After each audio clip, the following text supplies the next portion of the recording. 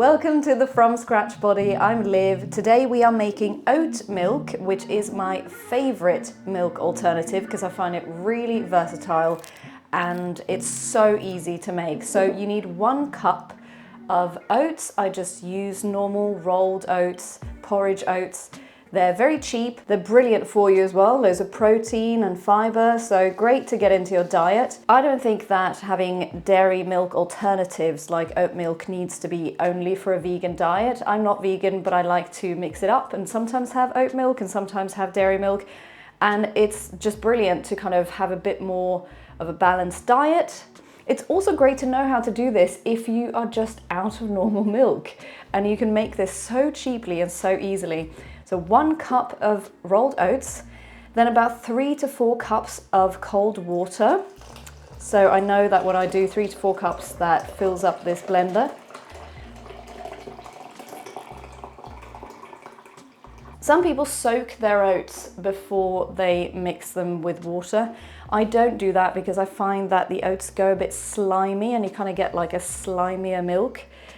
So I just go straight for dry oats and then water. You can have a bit of sweetener in there. You don't really need to, but there are tons of lovely options if you do. I'm going to put a tiny bit of vanilla extract in here. You can do maple syrup, honey, even just a sprinkle of sugar if you like.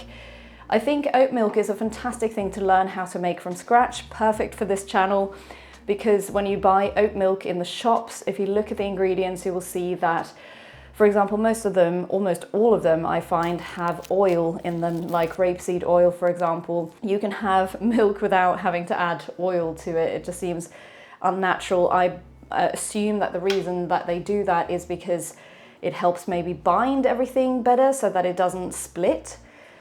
And this is the case with a lot of things that are made by big companies, you know, by big brands, is they put stuff in there like preservatives and emulsifiers to make it look nice and to last as long as absolutely possible because they don't want people to complain about the look or that something's gone off, which I understand, but food does go off sometimes and it's natural. There are also natural preservatives that you can use at home. And speaking of which, you can add a tiny bit of salt to your oat milk as well, which is a preservative.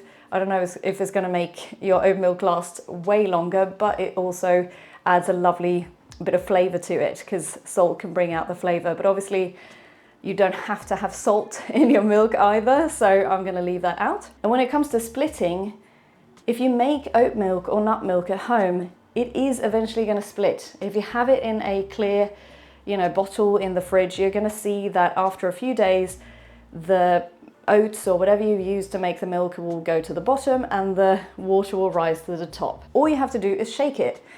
You can just shake it and then it's back to being perfectly blended. So don't worry too much about the look of it. So we're going to mix that up.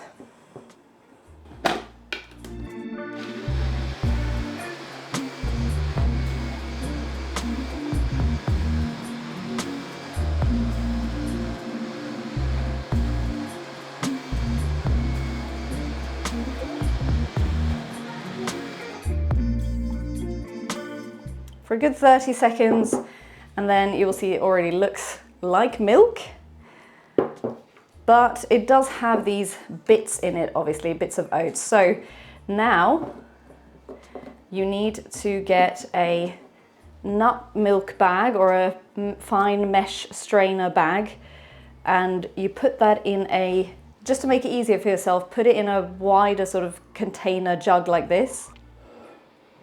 You can get these bags from Amazon very cheaply. I'm sure that loads of local shops have them as well.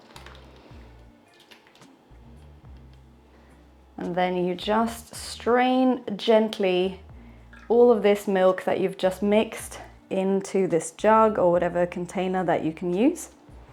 Don't push too hard. Don't sort of try and force too much out of it because first of all, if you press it too hard too quickly, it's just going to splatter everywhere. So be a bit gentle, but also because if you push too hard on it, you're going to get too much of the oats coming through, and that's when it kind of goes a bit slimy again. So you just want that lovely milk that you've made and nothing else. I find that oat milk is, for example, very, very good as a milk alternative in tea. It's quite nice in coffee as well. In tea, I feel like I can't even tell the difference between that and normal milk. So it is a lovely alternative to have.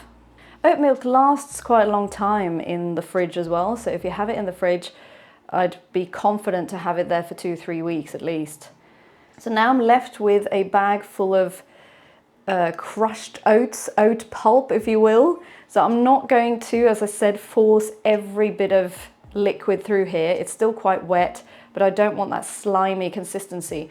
So what you can do with this oat pulp, I would recommend that you don't throw it out, because you still have these lovely nutritious oats in here. And this is kind of now, yeah, pulpy, looks a bit like dry porridge. You can do loads of lovely things with these. On my website, I have a recipe for oat cookies, which is specifically meant to be made with the leftover oat pulp from oat milk. You can also chuck this in when you're making bread. So just put it in with the flour and mix in, and you'll get lovely, very nutritious and tasty bread. So there's tons of stuff that you can do with the oats, so don't throw them out. And there you have your milk. That wasn't very difficult, was it? Make sure that you have something that you can pour from, and pour it into your final container, your bottle that you're going to have in the fridge. It's so satisfying to make this yourself, and I've seen ads for like oat milk machines and stuff like that. I really don't know why you need a machine to do this, because it's one of the simplest things to do just by hand. As long as you've got that strainer bag, some oats and water, you're ready to go. As always, thank you for watching. I hope you enjoyed this video. Please like and subscribe if you did, so I can make more of them. And I hope to see you in the next one. Cheers.